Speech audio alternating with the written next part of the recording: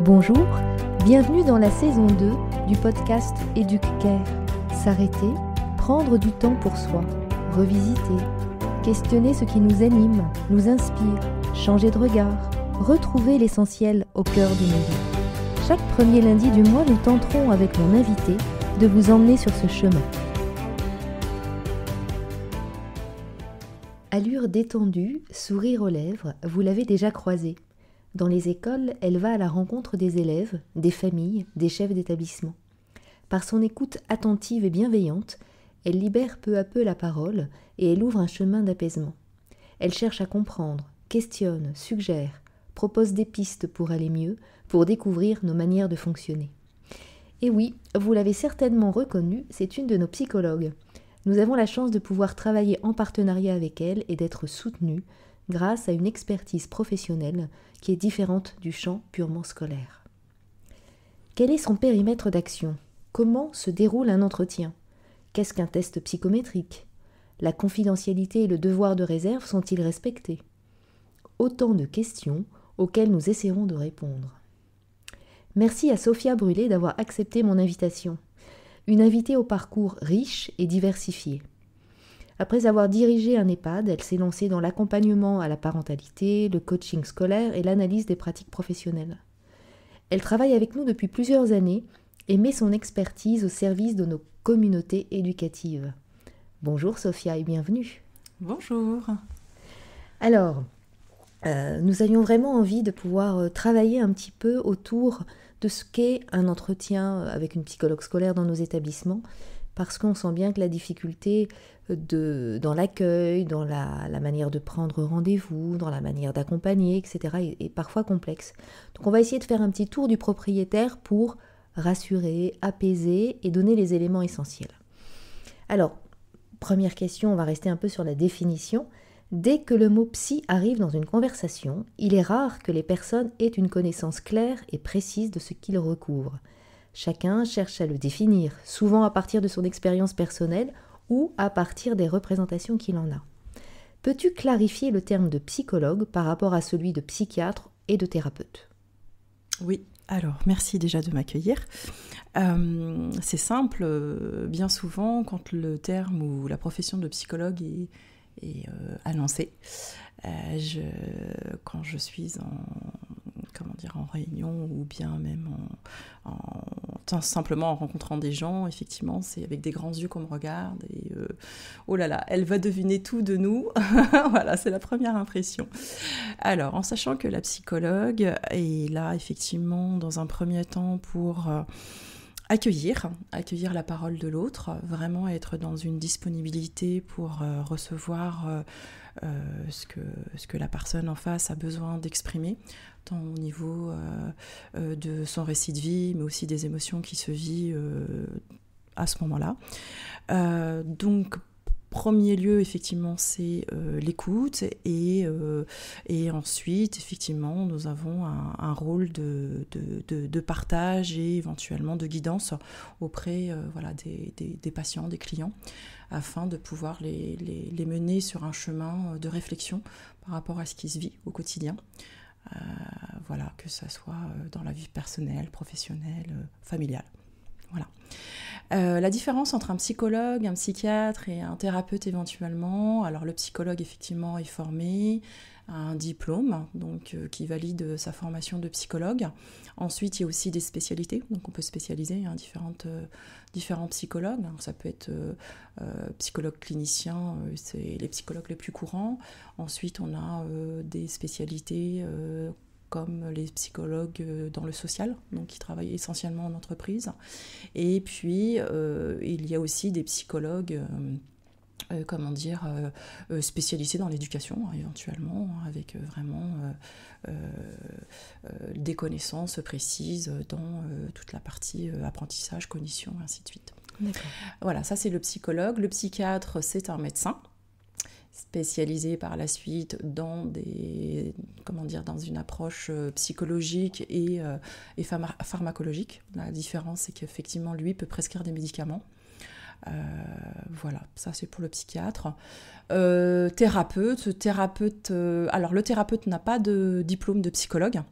Il y a énormément de thérapeutes qui s'ouvrent en ce moment, enfin qui se développent, mais ça peut être des thérapies alternatives comme de l'hypnose, de la systémique peut-être. Voilà, la systémique, voilà, c'est plus diversifié, mais en revanche ne sont pas diplômés. D'accord, il n'y a pas une reconnaissance. Il n'y a pas une reconnaissance du thérapeute, effectivement.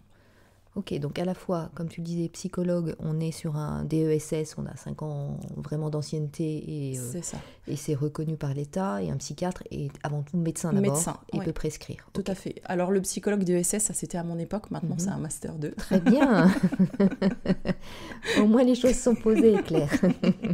Ok. Alors de ce fait, là, tu nous as donné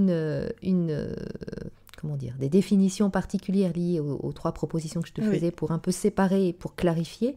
Mais quelle est la définition personnelle que toi tu donnes du métier quand par exemple, tu te présentes à un élève pour aussi le rassurer? Oui, alors... c'est simple, déjà moi j'essaye d'être le plus simple possible, la plus avenante possible vis-à-vis de cet enfant-là pour qu'il se sente rassuré. Donc effectivement le sourire est important. Ça c'est la première approche, je pense que pour moi il y a une approche corporelle, l'attitude dans laquelle on est face à cet enfant. Et ensuite effectivement c'est le rassurer quant à ce qu'il va être aussi dit au moment de l'entretien. Donc effectivement, je lui explique qu'il peut effectivement s'exprimer sur ce qu'il vit actuellement ou sur ses besoins, que ce qui sera partagé avec moi restera entre nous deux. Et effectivement, l'enfant, en général, se dévoile assez facilement.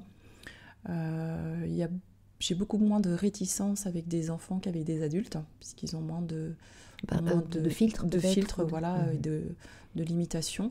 Et effectivement, il suffit très rapidement de les mettre à l'aise, en fait. Parfois, on peut utiliser des supports physiques, ça va être un coloriage, un dessin. Ou même, ça dépend si je suis dans une salle de classe ou bien dans une salle, ça dépend si je suis dans une école ou enfin peu importe le lieu. Il y a toujours aussi pour des tout petits un support physique, donc un dessin, un coloriage, un petit jeu qui traîne par-ci par-là. D'accord. Et est-ce que tu exprimes par exemple ce que tu fais, dire pourquoi tu le rencontres ou pas ? Oui, alors tout à fait. Alors moi j'ai plusieurs cas de figure. Imaginons c'est un enfant que je rencontre dans le cadre scolaire suite à une demande soit de la famille ou du chef d'établissement, peu importe, et que je reçois uniquement l'enfant. Donc là effectivement je vais lui expliquer le pourquoi de ma venue et pourquoi de ma rencontre avec lui, avec le motif qui m'est présenté effectivement. D'accord. Et je vais lui expliquer effectivement que le but c'est de trouver des solutions pour le faire avancer aussi dans son cheminement, mais surtout pour qu'il aille mieux peut-être, pour qu'il aille mieux, pour qu'il se sente mieux et potentiellement trouver des solutions à deux, faire une proposition de solution pour qu'il se sente mieux si c'est une problématique scolaire au sein de l'établissement, si c'est une problématique familiale à côté. D'accord. Alors justement, pour revenir un petit peu sur ce que tu viens de partager, pour saisir l'étendue de ton périmètre d'action au cœur de nos établissements, est-ce que tu peux nous dire qui te sollicite et quelles sont les demandes ou les motifs d'intervention qui sont les plus habituels, les plus récurrents ? Oui, alors je suis souvent sollicitée pour des bilans psychométriques, donc des bilans qui nous permettent du coup de connaître le profil cognitif de l'enfant, ses compétences intellectuelles éventuellement. Ces demandes sont faites par le biais bien souvent du chef d'établissement suite à une équipe éducative ou bien une rencontre enseignant-parent, vraiment pour pouvoir comprendre le comportement d'un enfant ou bien les lacunes éventuelles qu'il peut avoir dans son parcours scolaire. Ça, c'est la première demande. La deuxième demande qui est aussi très régulière, c'est les observations en classe. Donc pareil, même fonctionnement, toujours la demande du chef d'établissement et de l'enseignant. Et dans ces cas-là, on intervient effectivement en classe, donc sur un temps donné, pour observer l'attitude et le comportement de l'élève au sein de son groupe classe. Et voilà, ses interactions sociales avec les autres camarades, ses interventions en classe. Voilà, il y a plein de paramètres qui rentrent en jeu. Voilà, ça c'est les deux grosses demandes. Et après, effectivement, il y a toujours les entretiens. Les entretiens, c'est plus spécifique, c'est vraiment toujours le chef d'établissement qui en fait la demande, mais bien souvent, c'est aussi une demande de la famille. Cette demande peut émaner d'un souci familial, voilà, une situation difficile dont l'enfant l'enfant vit cette situation difficile en ce moment, et du coup, effectivement, on intervient. Voilà, besoin d'un soutien, peut-être. Besoin d'un soutien, voilà, de pouvoir parler de cette situation. Il y a une vraie procédure qui est mise en place pour les demandes. Le principal, c'est aussi l'adhésion. Alors, toujours l'autorisation parentale. Il faut toujours que les parents soient adhérents et puis participatifs à cette démarche. Et moi, je souhaite aussi l'adhésion de l'enfant. Pour moi, c'est indispensable. Quel que soit son âge ? Quel que soit son âge. Quel que soit son âge, parce que ça me paraît... on est dans une démarche de compréhension et de réflexion, et si l'enfant n'est pas partenaire... on perd une partie des éléments de compréhension. Oui, tout à fait, oui. Alors, dans ce que tu disais, est-ce que d'une sollicitation à une autre, ta réponse s'inscrit dans une temporalité qui est variable ou pas ? Alors, est-ce que tu peux me... répéter la question ? Oui, ou me le reformuler autrement. Alors, quand tu as une demande particulière, que ce soit d'un chef d'établissement, que ce soit d'un enseignant ou d'une famille, est-ce que cette réponse va s'inscrire dans le temps d'une manière particulière ? Est-ce que tu vas répondre tout de suite ? Est-ce que tu vas réagir rapidement si c'est une situation de crise, une situation d'urgence ? Voilà, quelle est la temporalité dans ta réponse ? Oui, merci. Alors, c'est simple, en fait, les demandes, quand les demandes arrivent, effectivement, si c'est une demande urgente, on essaye d'y répondre très rapidement. Notamment pour les bilans psychométriques où effectivement on connaît en fin d'année avec les renouvellements des dossiers MDPH, où bien souvent c'est des demandes urgentes, donc il faut les faire très rapidement. Sinon, moi ce que j'aime, c'est vraiment m'organiser avec la famille, c'est-à-dire avant le bilan il y a toujours un entretien de pré-bilan, et pendant cet entretien ou même en amont, je m'organise d'un point de vue planning avec les familles. C'est-à-dire que, en fait, moi, ce que j'aime, c'est mettre aussi à l'aise la famille pour pouvoir organiser les différents rendez-vous qui sont prévus pour le bilan. Donc, le pré-bilan, le bilan et la restitution par la suite des résultats. Donc, c'est vraiment très, très aléatoire en fonction de chaque famille, de l'implication de chacun, des disponibilités aussi des établissements, parce que je reviens toujours vers l'établissement pour savoir s'ils peuvent m'accueillir aussi, puisque le bilan se fait sur l'établissement quand c'est possible. Et du coup, voilà, ça dépend vraiment de plein de facteurs. Les observations, en général, quand il y a une observation, c'est qu'il faut la faire assez rapidement. C'est parce que c'est vraiment une problématique à un instant T qui, voilà, faut pas laisser traîner. C'est assez ponctuel. C'est assez ponctuel, donc l'intervention en général, pour ma part, j'essaie de faire vraiment dans les jours qui suivent, dès que j'ai une disponibilité. Ouais. Voilà. L'entretien aussi, c'est pareil. On va éviter que ça traîne. En fait. Les bilans, à part les urgences, on peut prendre plus de temps. En tout cas, j'entends bien que tu es dans une démarche, dans un process en fait, avec les différentes étapes, et qu'il y a une organisation qui est vraiment liée aux disponibilités des uns et des autres, sauf en cas d'urgence. C'est ça, tout à fait, oui. Alors, en quoi une collaboration étroite avec l'équipe éducative, que je vais nommer ainsi, enseignants, chefs d'établissement, enseignants spécialisés, en quoi cette collaboration étroite avec l'équipe peut faciliter l'accompagnement d'un élève et de sa famille ? Alors, je vais prendre l'exemple d'une observation. En général, la demande d'observation émane de l'équipe, suite à une équipe... éducative, voilà, une réunion éducative. Donc effectivement, l'enseignant et la famille ainsi que le chef d'établissement ont déjà abordé la situation, ainsi de suite, et ont décidé d'une observation en classe. Moi, mon intervention, du coup, vient apporter peut-être un regard différent par rapport à la situation de l'enfant dans ses apprentissages ou dans son rapport aux autres. Et ça permet réellement d'apporter alors ce regard nouveau, mais aussi des éléments de conseils ou de recommandations, que ça soit pour la famille, si c'est d'un point de vue éducatif, propre à la famille, ou bien un accompagnement plus professionnel pour l'enseignant, avec des propositions d'adaptation. Pour la pédagogie, pour la manière de travailler, etc. Voilà, ou d'entrer dans l'apprentissage, peut-être. C'est ça, tout à fait, ouais, complètement. Okay. Donc vraiment, c'est vraiment quelque chose qui est important de travailler donc ensemble, d'être dans un vrai partenariat déjà avec les professionnels de l'école, c'est-à-dire l'enseignant spécialisé et puis le chef d'établissement. Plus ça va être, plus il y aura un travail en amont, mieux ça sera pour accompagner l'enfant et la famille. Complètement, oui. J'aime par exemple, avant l'observation, pouvoir aussi appeler le chef d'établissement ou l'enseignant, pouvoir échanger avec eux au préalable pour comprendre un peu mieux la situation. Ensuite, effectivement, suite à l'observation, il y a toujours un compte-rendu qui est transmis avec un rendez-vous avec l'enseignant si c'est possible dans un deuxième temps. Et moi, je tiens absolument aussi à rencontrer donc, les parents en entretien pour faire le point sur l'observation et transmettre directement ce qui est... Donner vraiment des éléments de réponse ou de compréhension par rapport à ce qui se passe. Oui, tout à fait, oui, c'est vraiment un travail... Alors, justement, par rapport à tout ce qu'on vient de développer, dans ta pratique quotidienne, quels sont les outils et les méthodes que tu utilises lorsque tu reçois un élève ou une famille? Qu'est-ce que tu utilises en particulier? Alors, j'ai pas de méthode, j'ai pas d'outils particuliers. À part pour les tests pour les tests psychométriques, on a vraiment le matériel effectivement qui est là, qui est à disposition.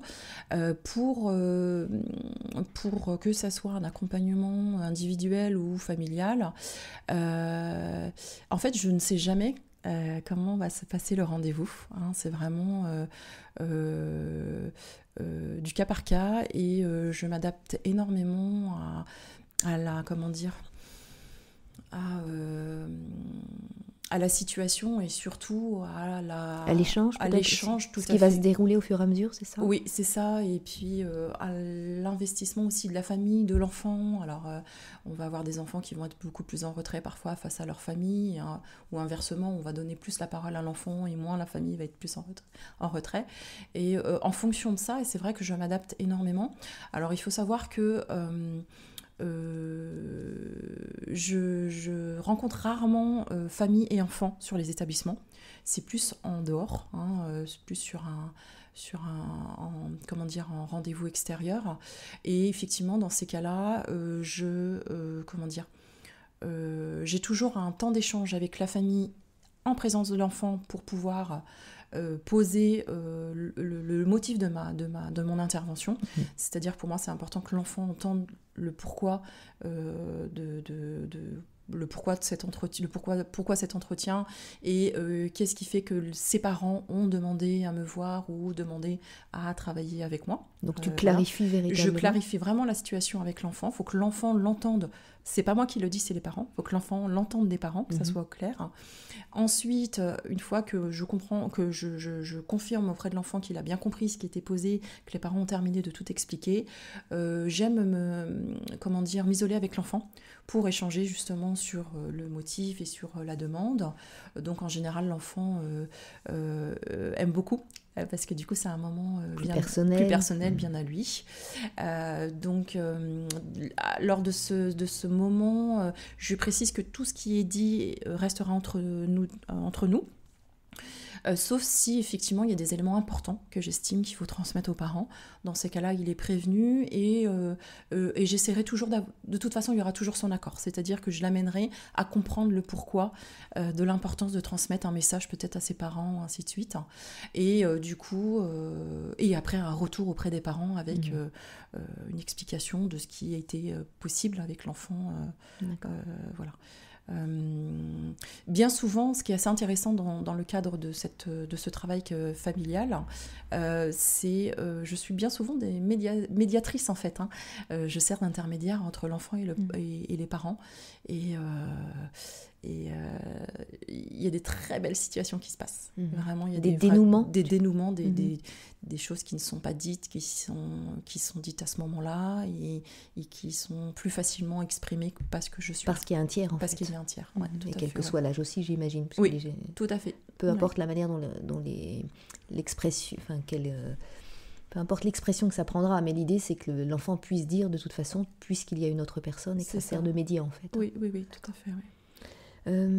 Quels sont les freins ou les obstacles que tu rencontres lors des entretiens avec les enfants, les familles? À quel moment ça peut bloquer? Est-ce que c'est en amont? Est-ce que c'est pendant? Comment tu... Ou est-ce que c'est un refus d'emblée, dès le début? En fait, je pense que c'est un refus de voir réellement la situation. Alors, il y a toujours cette volonté réellement de comprendre ce qui se passe, de trouver des solutions. Mais effectivement, mon rôle est aussi de pointer un petit peu les failles. Et bien souvent, on peut percevoir que...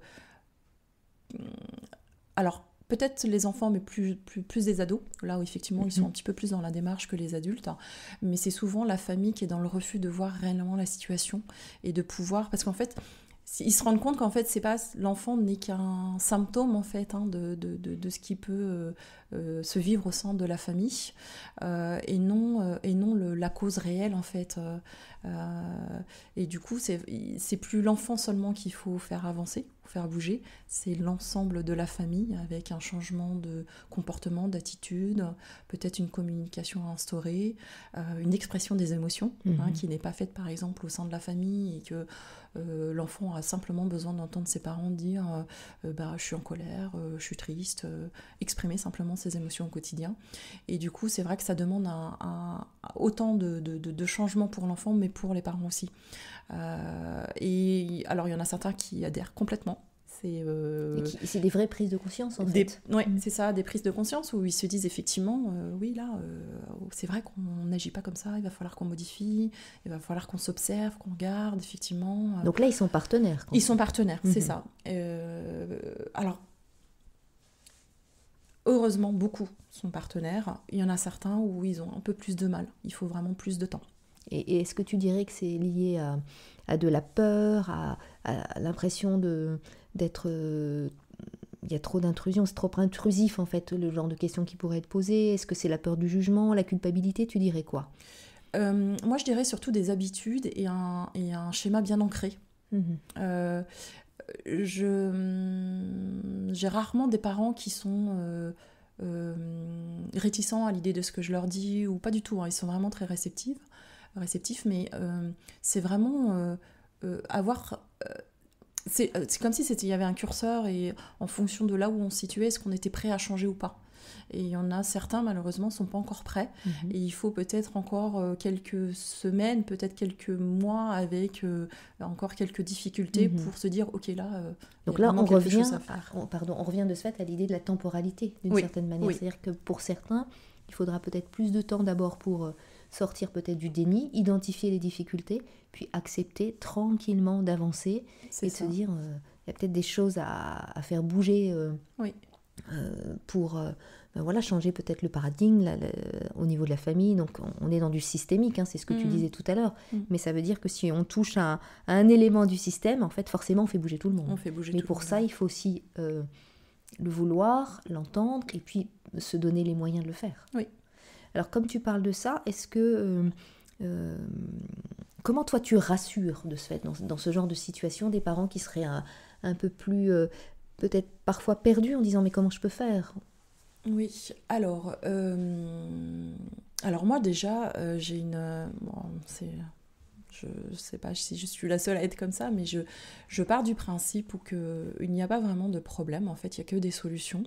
Et c'est vrai qu'au moment venu, quand la famille arrive avec une problématique qui effectivement leur paraisse insurmontable, parce que voilà, mon enfant, il est comme ça, il est comme ci, ça ne va pas à l'école ou ça ne va pas à la maison, bien souvent, je les rassure dans le sens où ils ont déjà fait la première démarche, c'est-à-dire déjà de faire appel à un tiers, et ils sont quand même dans une démarche de réflexion et peut-être une envie de changement. Même si il n'aboutit pas tout de suite, ils ont quand même amorcé le premier pas est fait. Le premier pas est fait. Ensuite, ce qui est important, c'est que la famille sorte un petit peu de ce raisonnement problématique, c'est-à-dire que si on a la tête dans le problème, on ne peut pas trouver les solutions, et c'est vrai que le fait de leur dire mais c'est génial en fait que vous fassiez cette démarche maintenant, parce qu'en fait, même si ça peut prendre du temps à trouver les bonnes solutions ou les bonnes pistes, on y est, voilà, on est vraiment dans le travail dans commence. Le travail commence. Ouais. Et ça, en général, oui, ça rassure. Se dire bon, ok, ça va, bon, on n'est pas. Tout va bien, quoi, tout va bien. Tout va bien, et puis on n'est pas tout seul en fait. C'est ça, oui, tout à fait. Alors, est-ce que tu vois des limites à ce que tu fais dans ce travail d'accompagnement ? Des limites, peut-être en termes de temps. C'est-à-dire que, par exemple, dans le cadre scolaire, on est missionné, on a une mission, on l'amène jusqu'au bout, et après, il y a rarement un accompagnement qui va au-delà. C'est-à-dire... C'est ponctuel ? C'est souvent ponctuel, mais par exemple, un exemple pour le bilan psychométrique. Donc, effectivement, moi, je passe beaucoup de temps avec la famille, donc en pré-bilan et en moment des restitutions des résultats, pour expliquer aussi, effectivement, tout le raisonnement de leur enfant, le comportement, le pourquoi de tel comportement, ainsi de suite. Mais derrière ça, je sais que dans mon compte-rendu de bilan, il y a toujours des pistes qui sont données aux parents, mais qui ne sont pas approfondies. C'est-à-dire qu'effectivement, en 1 heure, 1 heure et demie de restitution, j'essaye de délivrer un maximum de solutions, de pistes pour les guider. Mais je sais que parfois, il y aurait besoin peut-être d'un peu plus. Alors, j'ai la chance que certains parents reviennent vers moi, notamment pour des enfants qui ont été bilantés haut potentiel, où effectivement derrière ça, c'est vrai qu'il y a l'accompagnement du haut potentiel avec la compréhension de qui ils sont, l'accueil des émotions de par leur hypersensibilité, ainsi de suite. Donc ça, je sais que les parents l'entendent, et comme pour eux, c'est quelque chose qu'ils ne maîtrisent pas vraiment, en fait, c'est pas évident de vivre avec un haut potentiel, et du coup bien souvent c'est vrai qu'ils reviennent vers moi pour me dire alors là ok, il est super intelligent, très bien, mais il veut pas se mettre au travail, comment je fais? Voilà, donc ils ont besoin effectivement de conseils et ils reviennent voir moi, mais sinon dans la majeure des cas, ça reste sur du papier. D'accord. Et il n'y a pas vraiment de suite, sauf si la famille revient. Sauf si la famille le demande. Mais voilà. D'accord. Mais il n'y a pas de... Il y a pas de... Dans le cadre de cette mission-là, c'est vraiment circonscrit à une observation, un bilan, une restitution. Et s'il y avait un suivi ou un accompagnement, tu peux aussi orienter vers quelqu'un d'autre. Bien sûr, complètement. Voilà. Oui, complètement. En fait, le but, c'est dans les recommandations, c'est qu'effectivement, si besoin, d'aller voir un professionnel. Et c'est un petit peu, j'ai l'impression comme si je sais qu'il y a un besoin et que je laissais... En fait, ils sont libres de continuer, mais je sais que derrière ça, il y aurait besoin d'aller un peu plus loin. Mais là, de ce fait... ce n'est plus de ton ressort. Oui, tout à fait. Alors, comment est-ce que tu évalues... Là, on était plus sur tout ce qui était cognitif quand même, mais on peut aller aussi sur les besoins émotionnels. Comment tu les évalues, ces besoins émotionnels et éducatifs ? Est-ce qu'il y a une approche particulière ou pas ? Parce que tu disais que tu n'utilisais pas forcément d'outils ou de méthodes particulières, mais sur ce pôle-là, qu'est-ce que tu fais? Alors, en fait, ça dépend si les demandes émanent par exemple des établissements. Bien souvent, ça va être des troubles de comportement, un enfant qui va poser problème en classe, qui va être perturbateur, qui va faire des bêtises, qui ne va pas écouter. Voilà, ça questionne énormément, hein, un enfant qui dérange en classe, entre guillemets. Et bien souvent, on peut mettre ce comportement sous comment dire, le motif de troubles de l'attention, de la concentration, mais pas que. En fait, il y a aussi parfois les émotions qui ne sont pas exprimées, notamment tout ce qui est colère, qui est prêt à exploser, hein, qui est à fleur de peau, et l'enfant en fait se contient, et peut du coup au sein de la classe provoquer certaines tensions sans vraiment mettre de mots, enfin comment dire, sans clarifier ce comportement, sans lier ce comportement à une émotion. Donc dans ces cas-là, effectivement, moi, c'est vraiment dans l'interaction que j'ai avec l'enfant, mais aussi avec la famille, en fait. La famille a un grand rôle de description de leur enfant, c'est-à-dire ils vont vraiment... en fait, c'est simple, en fait, en entretien. Au départ, moi, je laisse... Ils ont beaucoup à évoquer, ils parlent, ils vont donner, ils vont expliquer qui est leur enfant, comment il se comporte, ainsi de suite. Et du coup, en fonction des éléments qu'ils me transmettent et de la réaction de l'enfant aussi à ce moment-là, et après du fait que je le rencontre en individuel, me permet effectivement de faire émerger le pourquoi. Alors il y a des solutions, des choses... Enfin, ça me paraît simple parce que c'est dans ma pratique quotidienne, mais ça va être par exemple un enfant qui aurait besoin simplement d'exprimer un mal-être à ses parents ou une jalousie ou un questionnement qui ne se fait pas et qui depuis quelques mois, quelques semaines, quelques mois, il le retient. Et ben, ça va provoquer effectivement un comportement particulier en classe, et de ce fait, il s'exprime d'une certaine manière. D'une certaine façon, chose qu'il ne peut pas exprimer à la maison, par exemple. Oui. Alors, comment collabores-tu avec les parents pour soutenir le développement et le bien-être de leurs enfants? Alors... Comment tu fonctionnes pour les aider, justement, à accompagner leurs enfants? Alors... c'est souvent par... déjà, la première chose qui vient, c'est la mise en relation. Même si on vit avec nos enfants, même si on les voit tous les jours, il se peut que la relation, en fait, elle soit, comment dire, pas ou peu harmonieuse ou pas en adéquation, pas fluide.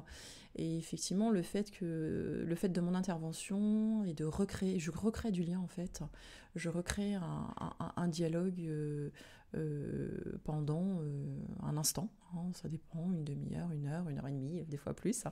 Je leur permets en fait de recréer retisser des liens par le dialogue, par cet échange qui se passe. Et bien souvent, j'ai des beaux retours de parents justement qui disent « Ah bah tiens, il a changé » ou bien « Moi aussi j'ai changé, je vois les choses différemment ». Et pour moi, la première chose, oui, c'est ça, c'est recréer du lien, vraiment au sein de... Et après, ça s'ouvre derrière. Et ça s'ouvre derrière, en fait. Moi, je suis, comme je leur dis, hein, je suis que de passage, je suis là juste pour les aider à amorcer un changement. Et le travail, c'est eux qui le font. Je peux rien faire pour eux, à part... En tout cas, les mettre à nouveau en relation et leur permettre d'avancer. Complètement. Plus une prise de conscience. C'est ça.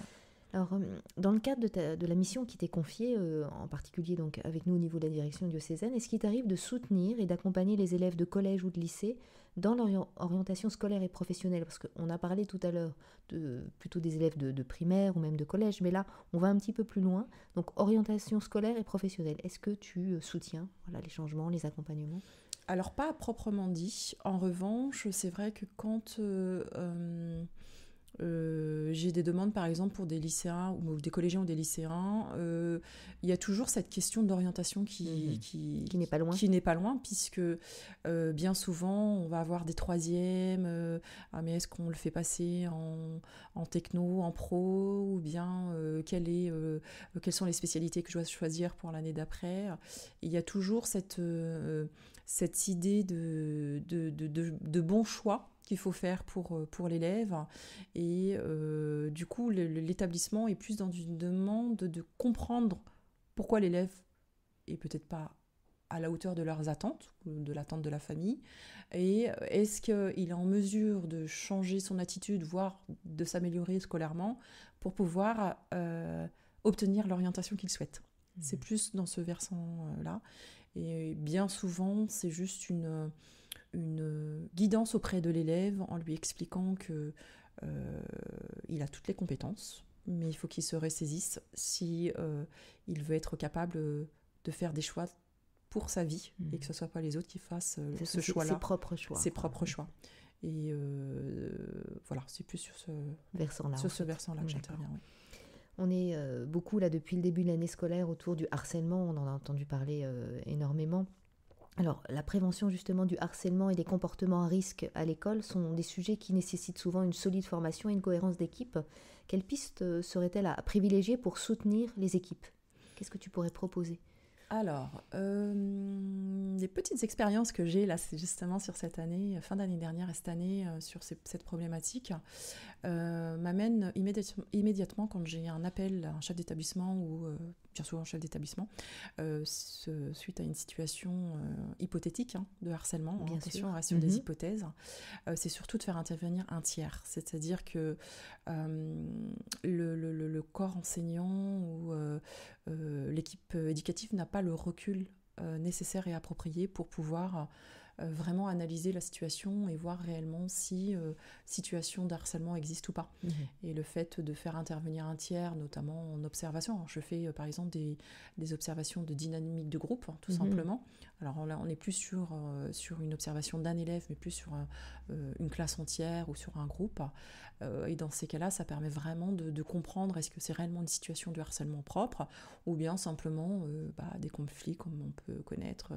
Mais partout, c'est-à-dire à l'école, à la maison ou autre. C'est ça. Voilà, c'est les conflits classiques entre enfants, je t'aime plus, et puis ainsi de suite, quoi, avec ces chamailleries, et puis ces blessures qui peuvent être là, bien sûr.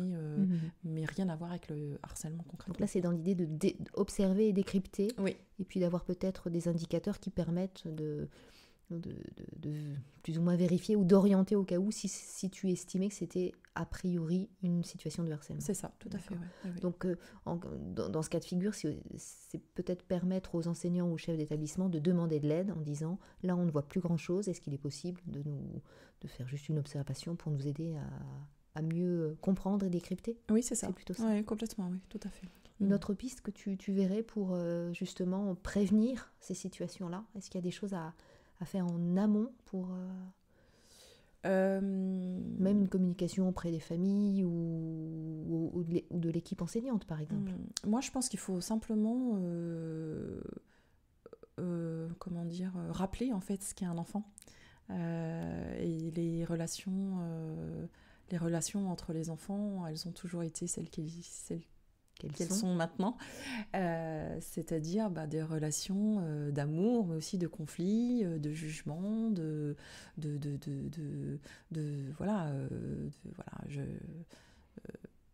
situations diverses et variées, et pas et savoir aussi faire la part des choses, c'est-à-dire que il est important d'écouter l'ensemble des personnes concernées. Et aussi, imaginons situation de harcèlement dans une classe, il n'y a pas que les deux, par exemple les deux élèves concernés, il y a aussi tout le groupe classe autour. Et je pense qu'effectivement, de pouvoir rappeler ce qu'est un enfant, rappeler aussi la bienséance qu'il y a à avoir, la bonne entente, comment simplement tout simplement le respect en fait, le respect de l'autre aussi, chose que des fois on oublie quand on est enfant ou quand on est dans une relation un petit peu conflictuelle avec un ami, qui restera même un ami, bien souvent. Rappeler simplement qu'il y a des règles, il y a aussi une bienséance et puis un respect à avoir. Et revenir aux bases, tout simplement. Et de le redire assez souvent. Et de le redire assez souvent, oui, tout à fait. En tout cas, ça peut être déjà des pistes données. Alors, on arrive presque à la fin du podcast, donc moi j'ai une dernière petite question. Quel conseil tu pourrais donner à des parents qui vont rencontrer dans quelques jours la psychologue scolaire qui a évalué leur enfant? Qu'est-ce que tu leur dirais à ces parents? Eh bien, poser toutes les questions possibles et inimaginables. Surtout, moi, je sais que je me mets à disposition à 100% des parents parce que les questionnements sont là et c'est important qu'on y répond. Et vraiment, oui, n'hésitez pas à poser toutes les questions et trouver des pistes peut-être s'ils ont des interrogations par rapport à un choix ou un questionnement par rapport à une attitude, un comportement, enfin, vraiment poser la question, demander conseil. Et puis, voilà, je pense que c'est... De profiter de ce moment-là, de rester dans l'ouverture pour véritablement peut-être aller voir tous les recoins qu'on n'est peut-être pas allé regarder de près et puis d'en profiter en fait. Justement, tu parlais d'un tiers, mais de profiter de la présence pour pouvoir le faire, c'est ça? Oui, tout à fait, c'est important.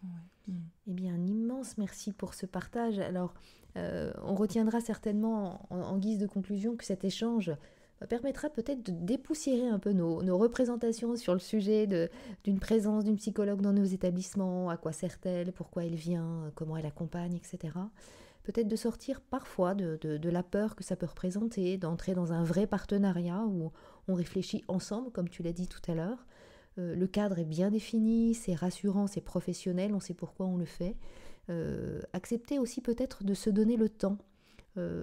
Voilà, le temps de poser des questions, le temps d'avancer, le temps de revenir peut-être aussi vers la personne. Et puis de dire qu'une psychologue est aussi là pour écouter surtout, proposer, suggérer, accompagner si nécessaire, mais en tout cas toujours dans une dynamique qui serait celle d'une démarche tranquille et puis de la bienveillance. Donc merci pour ce moment. En dessous du podcast, comme on l'a l'habitude, vous retrouverez la rubrique pour aller plus loin. Ça vous permettra, si vous le souhaitez, de poursuivre la réflexion. On verra ce que Sophia Brulé peut nous partager comme bibliographie ou site. Et puis nous vous disons à très bientôt. Merci.